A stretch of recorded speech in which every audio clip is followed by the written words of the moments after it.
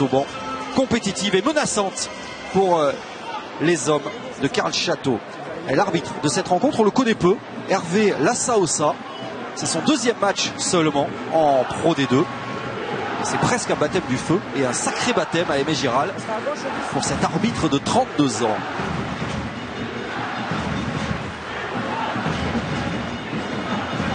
Julien, tu vas vite, c'est bon. C'est Jack Potgieter qui va donner le coup d'envoi pour les Catalans. Le Sud-Africain déjà indispensable à cette équipe. Bleu.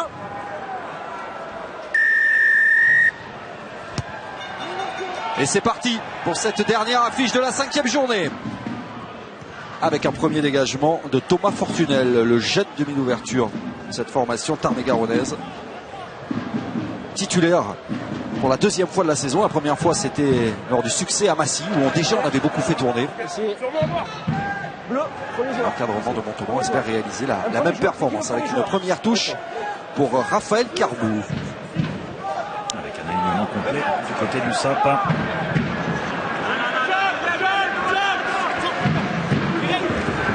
Beren Botta, Ecochard, Forletta.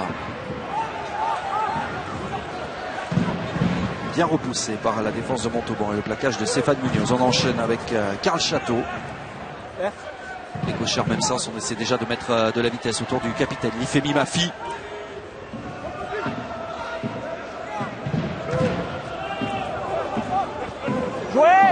Grosse défense des Montalbanais, ce n'est pas la meilleure défense du championnat pour rien, ils n'ont laissé que des miettes à leurs adversaires jusqu'à maintenant. Forletta qui n'avance pas. Alors on utilise les Malous pour retrouver de l'avancée. Et on va repartir de l'autre côté avec Mathieu Acebes. Premier ballon pour Mathieu Acebes, le remuant ailier de Perpignan, auteur d'un essai la semaine dernière à Carcassonne. Ballon dans le dos de Pierre Clure. Pierre Clure, malgré la menace des Cochards, qui va pouvoir s'en sortir avec Vunga Kotolilo. Va-t-il oser relancer? Non, sagement. Le 3/4 centre tongien décide de dégager en touche. Olivier, vous en parliez, hein, l'aspect défensif et cette qualité première de cette équipe de Montauban qui met en place un rideau de fer face à cette équipe de l'USAP qui, pour les premières offensives, a vu ses attaques annihilées, ce qui a obligé donc obligatoirement Potgieter à faire de l'occupation, à inverser la pression. Et on se retrouve toujours dans les 40 mètres montalbanais. On va lancer avec un alignement réduit pour cette équipe de l'USAP. Alignement à 5+1, sûrement pour un ballon porté. Et on trouve les 2,02 m de Tristan Laboutelet qui est en train de s'affirmer, ce jeune joueur de 22 ans dans le pack catalan. Ouais, un garçon qui a un réel profil différent comparé aux autres secondes lignes de cette équipe de l'USAP et qui amène peut-être un petit peu plus de mobilité, que ce soit dans la ligne ou surtout dans l'alignement.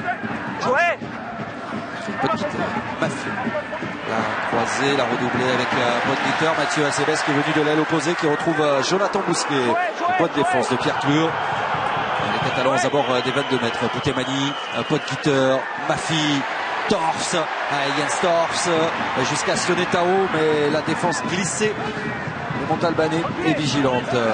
On rentre néanmoins dans les 22 mètres. Gros début de rencontre des hommes du duo Freshwater Arletaz. Et Giral gronde, il y a peut-être une première occasion d'essai avec Mafi, Acebes, Bousquet. Les Montalbanais à 10, à 14 puisque le numéro 10, Thomas Fortunel, reste au sol. Il est parvenu à se relever et bras tendu de monsieur Lassaossa. Un avantage en cours. On va revenir à en avant d'un joueur de Montauban. Je crois que c'est Serge Sergeyev. Et il faut saluer quand même la qualité de cette défense qui ne s'est pas mis à la faute, Jérôme. Une très grosse qualité défensive. On en parlait de cette équipe montalbanaise et puis surtout la qualité aussi offensive et le fait de pouvoir garder le ballon du côté de l'USAP qui essaye d'étirer cette défense montalbanaise alors qu'on revoit l'attitude de Jonathan Bousquet et la bonne défense encore de l'aile opposée avec Pierre Clure qui vient fermer la défense montalbanaise qui empêche les Catalans de pouvoir être dans l'avancée. Première mêlée. On va se disputer sous un franc soleil, ma chère Cécile, profitez-en. Le soleil est peut-être un poil devant. Vous allez me dire c'est normal. Il y a un petit peu de vent, Olivier, néanmoins. à noter en faveur de Perpignan pour cette première période. Mais oui, il fait très beau. J'ai mis mon écran total. Flexion. Lié. Jeu.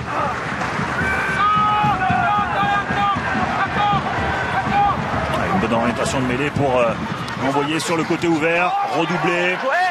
Podgieter, là il y a un 2 contre 1. Le 2 contre 1, Mathieu Acebes qui va aplatir malgré la défense de Pierre Sayer, c'est non. Il met le pied en touche. L'arbitre de touche lève le drapeau.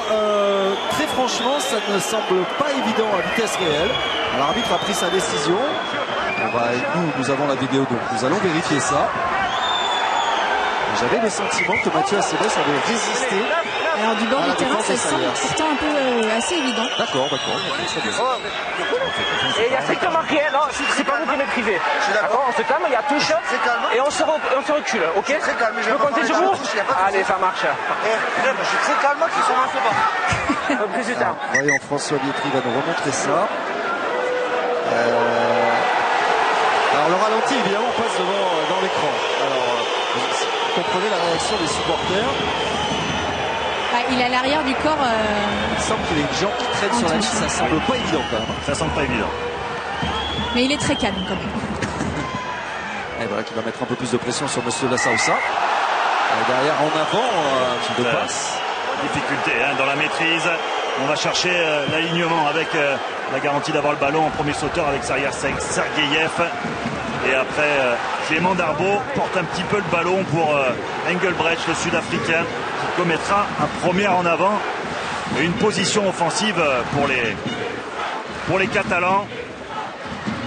Et une bonne mêlée là, pour Tom et Cochard. On a vu sur la mêlée précédente, très bonne orientation de cette équipe de l'USAP. Il faut les marques, messieurs. Allez, la marque n'a pas changé.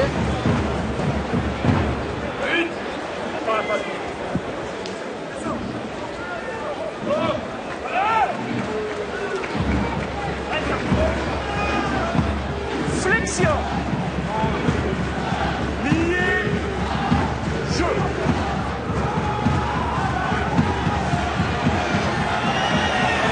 Bonne mêlée encore de l'USAP avec le ballon dans les pieds de Lemalou. L'avantage en cours. Et il va y avoir une pénalité, la première pénalité en faveur de Perpignan.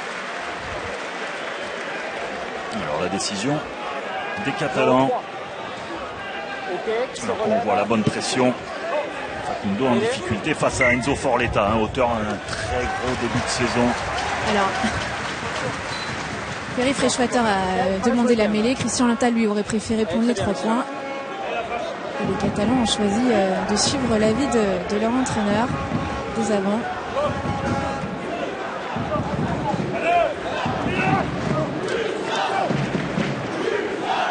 Flexion. Lié. Jeu.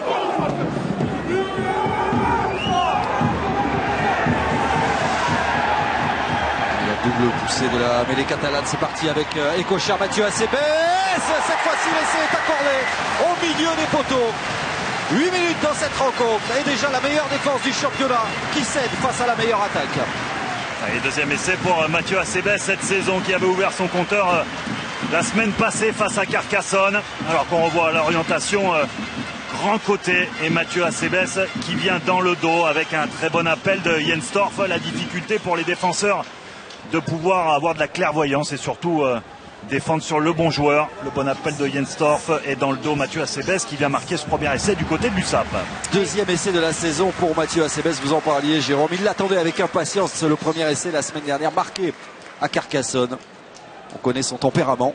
Oui, d'ailleurs il est allé un petit peu brancher Pierre Sayers après avoir marqué son essai et Christian Lanta est en train de lui parler là, Mathieu Acebes, pour lui demander de rester dans son match, de ne pas s'éparpiller.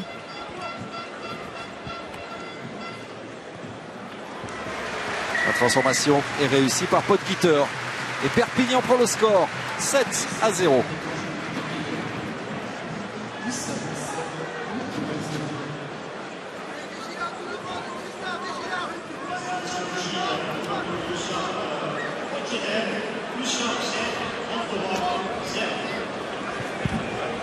Dites-moi, le ton est donné dans cette rencontre. C'est bien, ce n'est pas pour nous déplaire. Et le renvoi haut de Fortunel dans les bras de Julien Farnoux. Non, reculez. Et Sionetao. On est dedans, hein, on est dedans. Bleu devant, pied droit 5, de Podgieter pour sortir ce ballon des 22 mètres. Et Pierre Pur qui la joue vite avec son troisième ligne centre Engelbrecht. Et qui résiste à un premier plaquage et qui finit par perdre le ballon. C'est le bleu derrière, hein? Non, ok. Allez.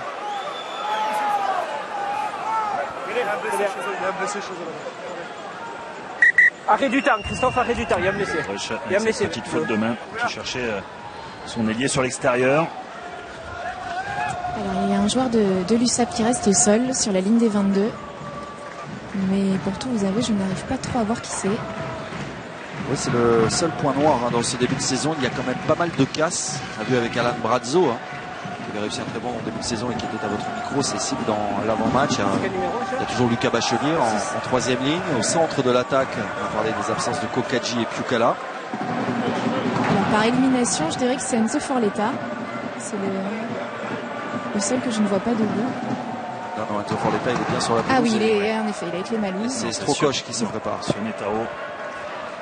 Sionetao, l'ancien Agenais. C'est bon, monsieur? Qui a l'air visiblement secoué. C'est pas moi le médecin, hein?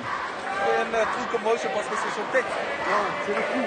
Oui, On pourrait donc voir l'entrée de l'Esder Strokosch. Okay. Non, ça va pour Sionetao qui va pouvoir finalement tenir sa place.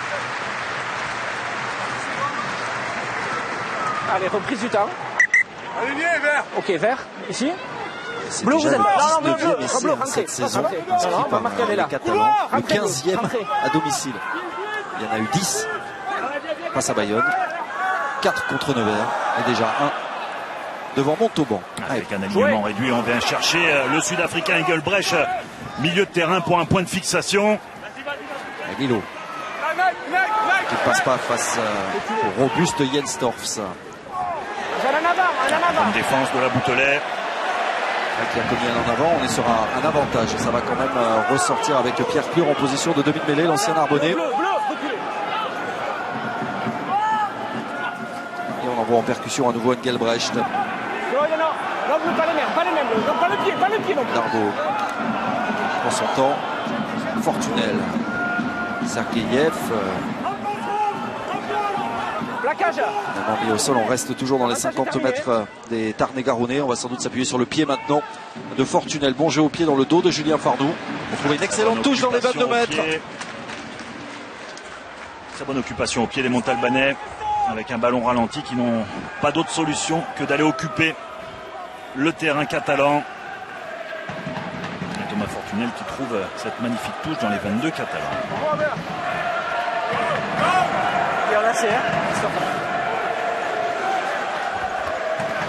Montauban qui a certes lourdement chuté ici même l'an passé, s'inclinant 37-3, mais qui s'était imposé il y a 2 saisons, 20-13. En Pro D2 d'ailleurs, avantage à Montauban dans la confrontation entre ces deux équipes. Donc 4 succès pour les Tarn-et-Garonnais contre 2 seulement aux Catalans. La deuxième prise pour la Boutelet avec les Malous. Les Malous, compliqué de le mettre au sol. Et on va jouer Botta, l'ancien deuxième ligne de l'UBB et de Mont-de-Marsan. Et petite touche trouvée par Écochard. Tiens, à propos de Mont-de-Marsan, Marsan ce sera le prochain adversaire de Montauban à Sapiac vendredi prochain. Ce qui explique aussi pourquoi on a beaucoup fait tourner. Parce qu'on considère comme une priorité d'abord la réception du Stade Montois, qui est une équipe qui performe bien en ce début de saison. Un premier joueur. Un premier joueur. La faculté aussi d'avoir un groupe assez élargi, de pouvoir faire tourner, de pouvoir mettre sous pression un petit peu tous les joueurs de Montauban en vue de la réception des Montois la semaine prochaine à Sapiac. Et lancé pour Cyriac Pono, première fois titulaire avec son nouveau club, l'ancien joueur d'Albi. La déviation de Sergeyev, Fortunel, Munoz.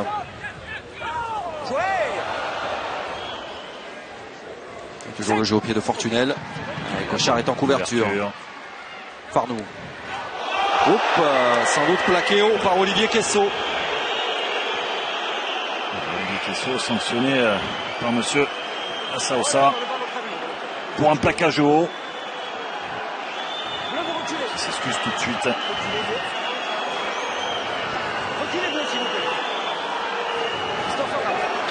Rien à dire, la faute y est.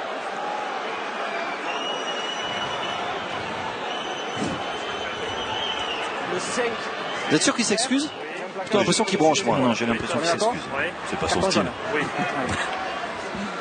Et attention, parce qu'il pourrait y avoir un carton. Ah oui, il va y avoir carton. Carton jaune pour ce jeu dur d'Olivier Kesso. Commence très mal ce choc pour Montauban. Olivier Kesso qui avait déjà pris un carton jaune à Massy. Deuxième carton en 5 journées. Ouais, c'est pourtant une équipe qui n'est pas beaucoup sanctionnée en termes de cartons. C'est le 4e carton seulement cette saison pour Montauban. Et ils continuent de se parler, hein, Kesso et Julien Farnoux. C'est un ancien briviste, Cécile, vous n'allez pas me contredire, à Brive on a du caractère. Oui, surtout après une défaite comme celle d'hier à Clermont-Ferrand. Avec carton jaune contre Olivier Kesso. Et revoilà les Catalans sur la ligne des 22 mètres. C'est volé par Sergeyev juste devant la boutelée. Olivier Kesso qui affirme que Farnoux en a largement rajouté. Hein. Un ballon important là, volé par l'alignement de Montauban. Les épaules. Ok. Alors il y a un problème de chronomètre sur votre écran. On joue depuis 14 minutes et non pas 4 minutes comme indiqué. Bonne pression encore de la boutelée sur Clément Darbo, qui n'était pas très bien protégé par ses avants. Et Fortunel dans l'axe avec Farnoux, qui a des solutions à droite, à gauche. Acebes, la Chistera avec Carbou. Darbo dans le ferme et Forletta. Hop, non pas dans l'avant des cochards. Botta, la boutelée. On continue même sens. Podgitter, les Malou. Et là il y a un petit peu plus d'espace pour les attaquants catalans qui se rapprochent à nouveau des 22 mètres. Podgitter, avantage encore, la passe magique encore une fois de Mafi. Et l'essai au bout de Sionetao. Déjà le deuxième essai pour Perpignan. Avec dans cette séquence encore le magicien Lifemi Mafi. Lifemi Mafi, auteur d'une magnifique passe sur un pas, alors que les Montalbanais étaient venus défendre en inversé, sachant qu'ils étaient en sous-nombre sur les extérieurs. Et le très bon essai, la bonne visibilité encore du 3e ligne, Sionetao, l'ancien Agenais qui vient marquer ce deuxième essai du côté de Perpignan. Allez, on revoit la grosse montée défensive sur les extérieurs et obligatoirement la porte ouverte sur l'aile des Montalbanais. Et Sionetao qui vient conclure ce magnifique travail offensif des Catalans. Deuxième essai de la saison pour l'ancien joueur d'Agen qui est de retour comme titulaire après avoir été suspendu suite à son double carton jaune, son carton rouge face à Colomiers. Et ça fait déjà 12-0, 2 essais concédés en 15 minutes par Montauban.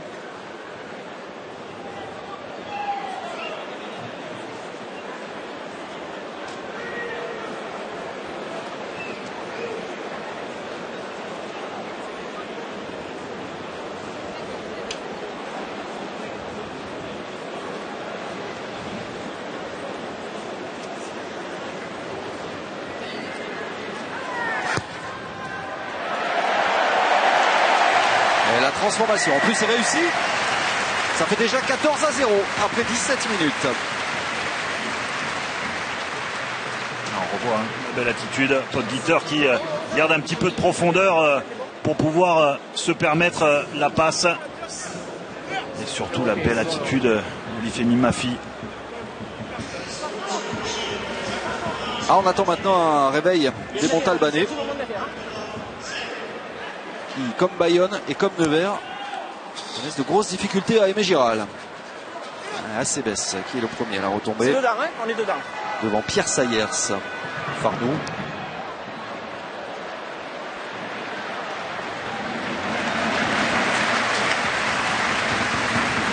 Perpignan qui aura un dernier test dans ce premier bloc avec la semaine prochaine un drôle de derby. Béziers-Perpignan au stade de la Méditerranée. Ce sera vivre en direct devant les caméras d'Eurosport 2 dimanche à 14h15. Il y aura auparavant Van Biarritz aussi. Intéressant à suivre. Ce sera vendredi soir. Ok.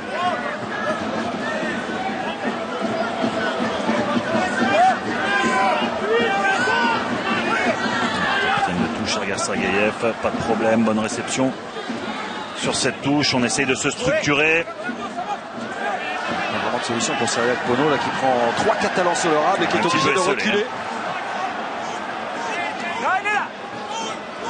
Il est chez les Verts, il est chez les Verts, il est chez les Verts. Tout le temps en possession des Montalbanais. On va essayer de redynamiser autour des avants.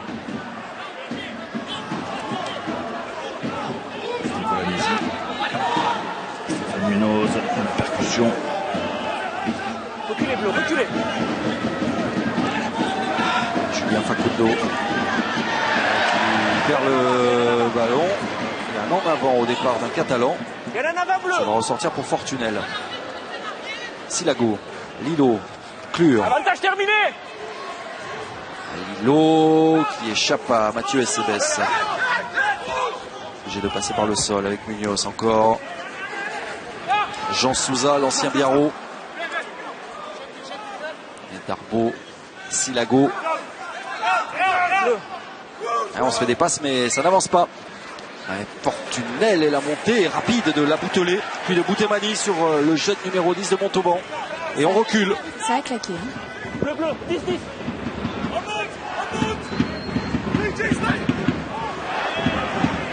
Les Montalbanais qui ont du mal à se redistribuer dans l'animation offensive. Ce sera sûrement un jeu au pied. Fortunel avec son pied gauche. Thomas Fortunel. Un mec qui donne un ballon de relance encore une fois à Julien Farneau. Il ne va pas s'en priver avec Mathieu Acebès. Allez, allumé de chandelle un peu trop longue. Pierre Clure. On est dehors. Attention, il est dehors. Mètres. Obligé de laisser le ballon dans l'air de jeu. Et Laurent à Mathieu Acebès. C'est bien buté sur Jean Souza. La croisée entre Cochard et Mafi. Siodetao. Auteur du deuxième essai. Forletta. Redoublé. Cochard. Podgitter. Et là, il y a encore des solutions sur les extérieurs. Trio par Cyriac Pono. Le Sud-Africain a conservé. On avait le sentiment qu'il y avait encore un surnombre à ses côtés. Forletta, très actif, très remuant, qui est en train visiblement de franchir un palier cette saison. Le jeune pilier catalan. Les Malou. Il n'y a qu'une seule équipe pour l'instant sur le terrain. Et une équipe qui attaque à 14 puisque Raphaël Carbou reste au sol. Allez, jouez. Les mains bleues, les mains. Ballon récupéré peut-être par les Montalbanais. Avec, ils vont sûrement relancer. Silago. Allez, Silago, on en dit le plus grand bien, on le surveille étroitement. Bonne défense de Podgitter face aux Néo-Zélandais. Fortunel. Qui va se retrouver un peu esselé, Fortunel. Il insiste dans l'axe avec Jean Souza. Un gros plaquage de Mafi. 10. La première pénalité contre Perpignan. Oui. C'est un plaquage. Vous rentrez par la porte, vous rentrez sur le côté. Non, c'est vous 10. Raphaël Carbou qui souffre des cervicales. Qui s'est tenu la tête en tombant, qui a l'air vraiment pas bien, le talonneur titulaire de l'USAP. Les Podgitter sanctionnés par monsieur Lassaossa.